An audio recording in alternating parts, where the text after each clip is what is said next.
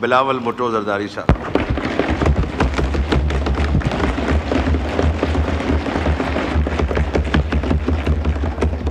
बिस्मिल्लाहिर्रहमानिर्रहीम।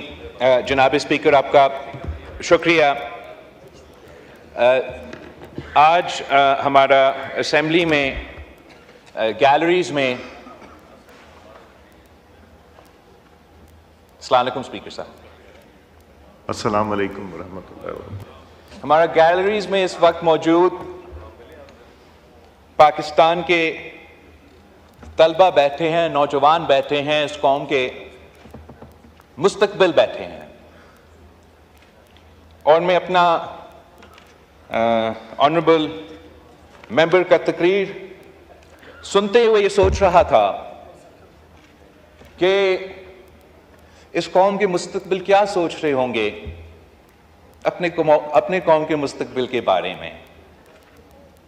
इनका क्या एतमाद होगा हमारे इन अदारों से। ये क्या सोच रहे होंगे कि जब इनमें से ये अपने तालीम पूरा करके कोई डॉक्टर बनेगा, कोई लॉयर बनेगा, हमें देख के तो इनमें से एक भी सियासतदान नहीं बनना चाहेगा। और ये बहुत अफसोस की बात है जनाब स्पीकर, बिकॉज इस हाउस का मेंबर बनना is a matter of prestige, it's a matter of honor, not only in our country, but any country that has democratic elections. वो इसलिए फख्र करते हैं जनाब स्पीकर कि अपने कौम के नुमाइंदे ने वोट डाल के उनको मुंतखब करके ये फैसला किया कि ये मेरे नुमाइंदे होंगे, ये मेरे फैसले करेंगे। और अफसोस के साथ जनाब स्पीकर मुझे ये कहना पड़ रहा है कि जो हमारे जिस तरीके से आज से नहीं कुछ अरसे से इस मुल्क में हम सियासत करते आ रहे हैं, हमने सियासत को एक गाली बना दिया है। अब हमने इसी सियासत से इन नौजवानों को रोजगार और तरक्की दिलवाना है। हमने इसी सियासत से मुआशी इंसाफ दिलवाना है। हमने इसी सियासत से हमारे अवाम को तहफ़्फ़ुज़ दिलवाना है, गुर्बत से निकालना है। हमने इसी सियासत से इस मुल्क को चलाना है। और ये वो मुल्क है जनाब स्पीकर जो आज हम जरूर मुश्किल में हैं, लेकिन जब ये बच्चे बड़े होंगे जनाब स्पीकर, हम अपना रीजन को लीड कर रहे होंगे।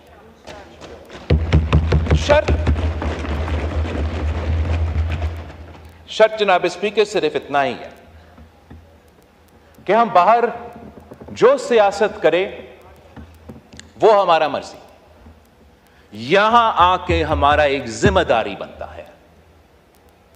हम इस मुल्क के इलेक्टेड नुमाइंदे हैं, पार्लियामान इस मुल्क का सुप्रीम इंस्टीट्यूशन है, और जिस आईन की वजह से यह इदारा और सारा मुल्क चलता है, उस आईन का बालादस्ती के बगैर ना यह इदारा चल सकेगा, ना कोई और इदारा चल सकेगा जनाब इसमें। और जब तक हम ये तय ना करें कि जलसे में आप जो कहे वो अपनी जगह, लेकिन अगर आप इस हाउस के मेंबर हो या किसी सूबाई असेंबली का मेंबर हो, किसी वफाकी ओहदा के जिम्मेदार हो या किसी सूबाई ओहदा की जिम्मेदारी आप संभाल रहे हो, तो आपकी अपने सियासत अपनी जगह, अपने वर्किंग रिलेशनशिप रखना है। जिस काम के लिए आप मुंतखब हुए हैं, जिन लोगों की वजह से आज आपका हुकूमत खैबर पख्तूनख्वा में है, मेरी जमात का और मेरे इत्तेहादियों का हुकूमत सिंध और बलोचिस्तान में है, नून लीग का हुकूमत पंजाब और वफाक में है, हमें अपना जिम्मेदारी अदा करना पड़ेगा। अगर हुकूमत का सिर्फ काम यह होगा कि day to day fire fighting, और वो फायर फाइटिंग की बजाय हम उस आग पे मजीद तेल डालेंगे, तो आग का भी काम नहीं होगा। और अगर इनका सिर्फ यही जिम्मेदारी है कि गाली देना है, शोर शार करना है, बिलो द बेल्ट हिट करना है, तो जो जिम्मेदारी इनके पास है कि they have to hold the government to account, कि they don't have to just oppose us for opposition sake, लेकिन अगर ये कह रहे हैं कि आपका मुआशी पॉलिसी गलत है, आपका हुकूमत का पॉलिसी गलत है, आपका सिक्योरिटी पॉलिसी गलत है, तो फिर इनका क्या सोल्यूशन है? जो पॉजिटिव किरदार है ऑपोजिशन का, जो जिम्मेदारी है कि आप हमें बताएं हमारा मुआशी पॉलिसी अगर गलत है तो क्या करना चाहिए, हमारा सिक्योरिटी पॉलिसी क्या है, अब क्या करना चाहिए। अगर वो कंट्रीब्यूट नहीं करेंगे तो ना वो अपना जिम्मेदारी पूरा कर रहे हैं, ना वो अपना काम कर सकेंगे। मैं जानता हूं कि इनकी जमात के कारकुन इस बात पे ऑब्वियसली इमोशनल होंगे कि इनकी जमात के सियासतदान जेल में हैं। ये ज्यादा उस टॉपिक पे बोलेंगे, उस टॉपिक पे शोर करेंगे, लेकिन जिस सूबा का जिम्मेदारी उनके पास है, वहां के अवाम के सबसे बड़ा मसला रोजगार, महंगाई, तालीम, सेहत, तहफ्फुज़, दहशतगर्दी का मुकाबला, हम इन बच्चे को कैसे डॉक्टर्स बनाएंगे, कैसे लॉयर्स बनाएंगे, कैसे इस मुल्क के लीडर्स बनाएंगे। और अगर चीफ मिनिस्टर साहब की जिम्मेदारी यह है कि जलसा में खड़ा होके मीडिया को गाली दे, ऑपोजिशन को गाली दे, हुकूमत को इस्तेमाल करके जजेस के खिलाफ एंटी टेररिज्म कोर्ट में इंतकामी कार्रवाई करे, तो फिर वो अपने सूबे के अवाम के मसाइल हल नहीं कर रहे जनाब स्पीकर, वो अपने सियासत चमका रहे हैं। अगर हुकूमत का काम सिर्फ ये है कि आज हमें किसको बंद करना है, खान ने हमसे ये किया था, माहौल खराब किया था, को इसके जवाब में न पत्थर का जवाब पत्थर से, ईंट का जवाब ईंट से देंगे, तो एक दिन के लिए आप लोग खुश होंगे, लेकिन कल मैं और आप उसी जेल में होंगे। और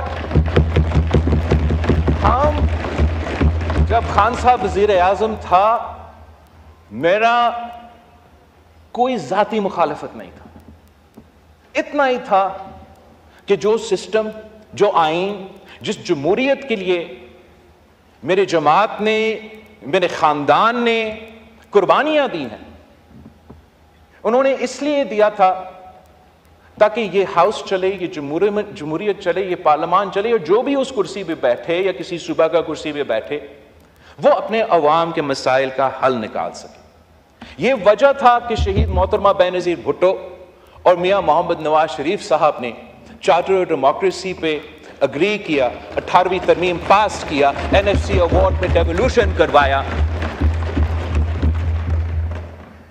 पहले इलेक्शन कमीशन जो अपॉइंट होता था वो हुकूमत की मर्जी, हमारा तरमीम के बाद ऑपोजिशन लीडर और प्राइम मिनिस्टर के मुशावरत, इंटरिम गवर्नमेंट में ऑपोजिशन लीडर और वजीर आजम का मुशावरत, public accounts committee to the opposition, ये सारी चीजें हमने करवाए।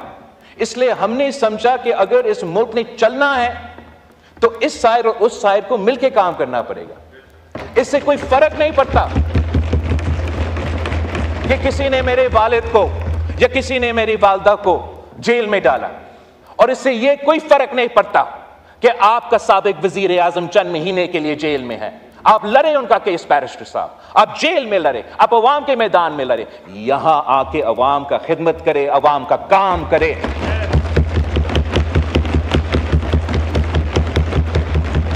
1000 इख्तलाफात आपका हो सकता है इसका हुकूमत का, ये सब जानते हैं। मैं इनके साथ मीटिंग्स में बैठता हूं, हमारा इख्तलाफ राय होता है, सियासत में होता है। हम सब ये इलेक्शन लड़े तो इस पॉइंट पे लड़े कि मुल्क में महंगाई है, महंगाई का मुकाबला करना है, अवाम को मुआशी इंसाफ दिलवाना है। और जहां हमने समझा कि तंकीद होना चाहिए, हमने भी तंकीद की। आप लोगों ने तो कोई मौका ही नहीं छोड़ा कि तंकीद ना करे। लेकिन अब वक्त आ गया है कि हम थोड़ा जायजा ले कि हुकूमत का परफॉर्मेंस इस बुनियादी इशू पे क्या है। और मैं वजीर आजम साहब, उनकी मुआशी टीम का इस परफॉर्मेंस के बारे में इस हाउस को और अवाम को यह बताना चाहूंगा कि आपको याद है कि महंगाई की शरह क्या था 8 महीने पहले। आपको पता है कि हुकूमत ने अपने लिए बजट में टारगेट क्या रखा था फिस्कल ईयर के लिए, मतलब एक साल में टारगेट ये है इनका अपना टारगेट कि हमने महंगाई की शरह को 12% पे लेकर आना है। साल भी पूरा नहीं हुआ है जनाब स्पीकर, और इस वक्त महंगाई की शरह 9.6% पे पहुंच चुका है। तो जहां मैं हुकूमत का मुआशी पॉलिसीज का तंकीद करता आ रहा हूं, जहां आप हुकूमत की मुआशी पॉलिसीज का तंकीद पे करते आ रहे हैं, जहां उनके अपने मेंबर्स हुकूमत की मुआशी पॉलिसी पे तंकीद करते आ रहे हैं, इस पूरा हाउस को, इस साइड को, उस साइड को इस बात की तारीफ करना चाहिए कि महंगाई कम होता नजर आ रहा है। और हुकूमत से हम सबको इनपुट देना चाहिए, तजवीज देना चाहिए, साथ देना चाहिए कि इस महंगाई को हम कैसे मजीद कम कर सकते हैं, हम कैसे इंश्योर कर सकते हैं कि ना हुकूमत से ना किसी और से ऐसा कोई गलती हो जिससे हमारा ये IMF के साथ और मुआशी जो प्रोग्रेस हो रहा है इसको नुकसान ना पहुंचा जाए। जनाब स्पीकर, जब आप 2008 से लेके 2013 तक इस हाउस में थे, हमने मिलके कंसेंसस के साथ, ऑपोजिशन के साथ इंगेज करके, उन लोगों के साथ इंगेज करके जिन्होंने मेरे वालिद को 11 साल जेल में कैद रखा, किसी सजा की कोई सजा नहीं था, कोई कन्विक्शन नहीं, उन्हीं सियासी जमातों के साथ इंगेज करना पड़ा। लेकिन सबसे इंगेज किया, सिर्फ हमारे एहतियातियों से नहीं। और ऐसा कंसेंसस डॉक्यूमेंट लेकर आए जिससे हमने सूबे को मजबूत किए, पार्लियामान को मजबूत किया, अदालत को मजबूत किया। और इस कंसेंसस की वजह से मुल्क के अवाम को फायदा हो रहा था। इस कंसेंसस के खिलाफ एक मखसूस लॉबी मौजूद है जनाब स्पीकर, इस मुल्क के, आपको भी पता है, हम सबको पता है। वो कभी नहीं चाहेंगे कि ये कंसेंसस जारी रहे। और जब से वो चार्टर ऑफ डेमोक्रेसी का पे साइन हुआ, उसका अगला दिन उस चार्टर ऑफ डेमोक्रेसी को अंडरमाइन करने के लिए, इस कंसेंसस को उड़ाने के लिए, गैर जमहूरी कुव्वतों को मजीद स्पेस दिलवाने के लिए साजिशें शुरू हो गई जनाब स्पीकर। एक साजिश इस सूरत में, इफ्तिखार चौधरी की सूरत में, दूसरी किसी एक सियासी जमात को खास तौर पे इंटेलिजेंस इदारों के अफसरान ने सपोर्ट करके, बिल्ड करके हमारा सियासी निजाम को इस पॉइंट पे पहुंचाया है जनाब स्पीकर, कि जब पहले हमारे सियासी इख्तलाफात होते थे, मगर हम आपस में कौमी मफाद के इश्यूज में, अवाम के मफाद के इश्यूज में, आइन, जमहूरियत, पार्लियामान की बालादस्ती, इंसाफ दिलवाने के इश्यूज पे हम आपस में बात करते थे। अब तो हम हाथ मिलाने के लिए तैयार नहीं होता। अब ऐसे अगर चलना है, चलते रहेंगे। मगर अफसोस इन बच्चों के जिनके मुस्तकबिल हमारे हाथ में है और हम इनकी किस्मत के साथ खेल रहे हैं। जनाब स्पीकर, मैं हुकूमत वक्त से भी नहीं जनाब स्पीकर, मैं आपसे रिक्वेस्ट करता हूं कि इस हाउस को पहले फंक्शनल करे, फिर हम इस मुल्क को फंक्शनल कर सकें।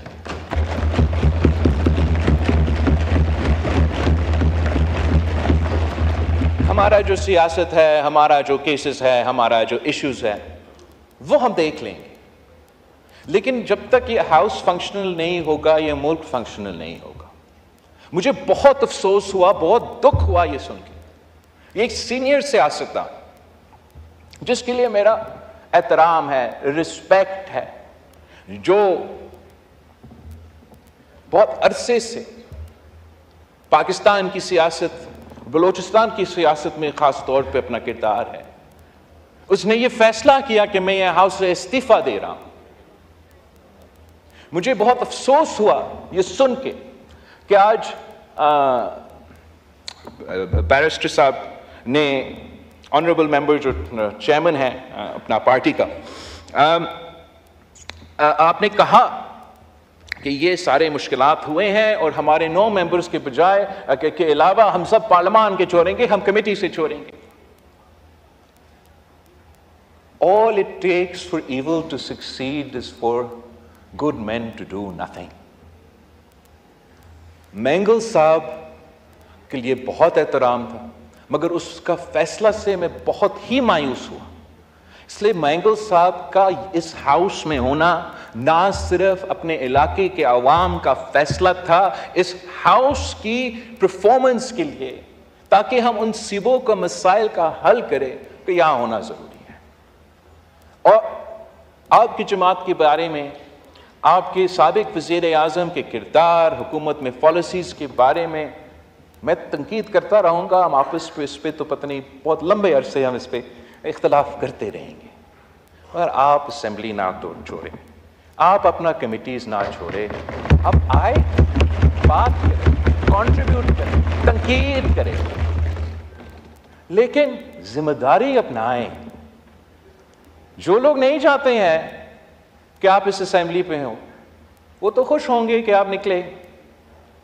याद होगा आपको, मैं याद दिलवाता हूं, मैं कहता रहा, पीडीएम का हुकूमत जब आया, मैं कहता रहा ना छोड़े, ना छोड़े नेशनल असेंबली, ना छोड़े प्रोविंशियल असेंबलीज। जिद था, जोश था, जज्बा था, किया जो करना था। अब वो खुद भुगत रहे हैं, वो तो उनकी अपनी इश्यू है, मगर मुल्क भी भुगत रहा है जनाब। इस भी आप ऐसा कमेटी बनाएं जो हाई पावर कमेटी हो, जो हमें तजवीज़ दे, जो आपको तजवीज़ दे, जो नेशनल असेंबली को तजवीज़ दे कि इस हाउस को हम कैसे फाल कर सकते हैं। हम इस हाउस में जो लोग मौजूद हैं, हम मिलके जो भी फैसला करना चाहते हैं हम कर सकते हैं। कानून बनाना हमारा काम है, रूल्स बनाना हमारा काम है, माहौल बनाना भी हमारा काम है। मेरा रिक्वेस्ट है कि ऐसा कमेटी बनाएं जिसमें तमाम जमातों का नुमाइंदगी हो, और वो जमात भी जो हुकूमत वक्त शायद पसंद नहीं करते। अब उनका इनपुट सुने, उनका भी एक मौक़िफ़ होगा, तजवीज़ होगा, जिस पे हम सब समझते हैं कि ये बेहतर तजवीज़ है, हम मानने के लिए तैयार होंगे। उम्मीद में ये भी रखूँगा कि अगर हमारा कोई अच्छा तजवीज़ है, ये लोग भी मानेंगे। मगर इस चैप्टर को हमें एंड करना पड़ेगा जनाब स्पीकर। जल्द से हम करेंगे, जल्द से वो करेंगे, बाहर का तमाशा बाहर का तमाशा रहेगा। पार्लियामान की बालादस्ती के लिए, आइन की बालादस्ती के लिए, जमहूरियत के लिए को चलाने के लिए, ताकि हम वो काम करें कि हम अवाम के मुआशी मसाइल हल करें, अवाम को तहफ़्फ़ुज़ दिलवाएं, अवाम को इंसाफ दिलवाएं, अवाम को उनको हक दिलवाएं, वो काम हम शुरू करें। जनाब स्पीकर, मैं आपका बहुत शुक्रगुज़ार हूँ।